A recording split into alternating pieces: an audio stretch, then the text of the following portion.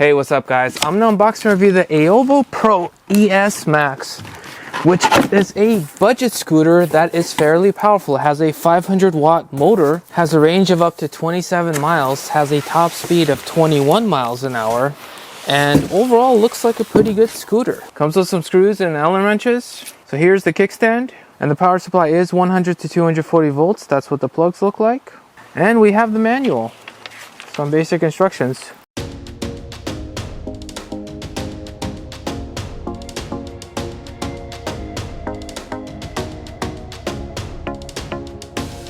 So the folding mechanism is pretty straightforward. You pull this plastic piece out, you bring this down, take it down, snap it in place, lifting it up. It is on the lighter side, not the lightest scooter, but definitely more on the lighter side than on the heavier side. Pull this up and you're done. We have our front drum brakes, we have our bell. Hold to power on. We have our little red S, which means we're in sport mode. Speedometer, it's currently miles per hour. You could change that through the app. I'll show you guys momentarily. We have our battery meter. You press once, it turns on the lights. You press again, it turns off the lights. If you double tap, it's going to go to the eco mode, so the S completely disappears. Double tap again, it goes to the slow mode or the standard mode. And double tap again, it goes back to the red sport S mode. If you triple tap, it will turn on the cruise control. And triple tap again, it'll disable the cruise control. If you hold this, it will turn off. This is the clip when you're folding it, and we have our throttle. So I got the app from the Play Store. It's also available on the App Store if you have an iPhone. So all I need to do is, with the scooter on, I click this little Bluetooth icon. It finds this thing right away. I double tap it, or just single tap it. It connects, super simple. And then I could do stuff like I could lock it so it becomes hard to push. And then I could unlock it. I could turn on the lights, turn off the lights, and I could go between the modes, so eco, slow, sport, and I could turn on cruise control if I want and turn it off. I can also go to settings, and I can do pretty much most of the same stuff here. Lighting, current units, so I could put it in kilometers if I want to. I could do a kickstart, or I could do a zero start, which means without pushing the scooter, I can actually hit that and I'll go.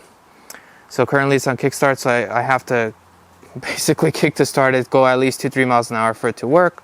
And then there's some languages and advanced settings. This one's kind of cool, accelerated response. So you could pretty much choose how fast you want it to accelerate in terms of the strength of the acceleration, and the same is true for the electronic brake feel. So I took this thing out for a spin for a few miles to get a better feel. So 3 things that are immediately noticeable. It's very smooth for a budget scooter. The pneumatic tires combined with the suspension really makes it a smooth ride. It was smoother than what I was anticipating it to be. It has normal acceleration with a good top speed of 21 miles an hour. Again, for a budget scooter, that's not typical. Usually they cap out at around 18.6 or 19 miles an hour. It also feels very solid. It's a well-built scooter. Now, I rode it in various scenarios, from hills to flat surfaces to downhill, so let's start with the hills. It cleared 2 of the 3 hills I attempted. It almost cleared the 3rd one, but not quite. Now, I do weigh around 200 pounds, so if you are lighter, it may fare better in your situation. But the 3rd hill is pretty much a long and fairly steep hill, so most of the budget scooters do suffer there, and this was really no different. If you live in a hilly area and you're looking for a scooter, then I suggest a more powerful scooter. Granted, those do cost a lot more and are less portable. Granted, they do have other advantages. Now, getting back to this, with the flats, it does easily take me up to 21 miles an hour. For the downhills, it does exceed its maximum speed limit. I believe I saw around 28 miles an hour before I applied the brakes, since there was an intersection coming up.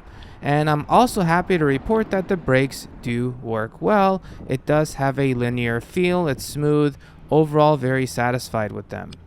Now, if you live in a mostly flat area with some hills and you weigh anywhere near my weight or less, then this is honestly a great choice for the price. This thing is well equipped. It also has anti-puncture self-sealing pneumatic tires, which is an added bonus.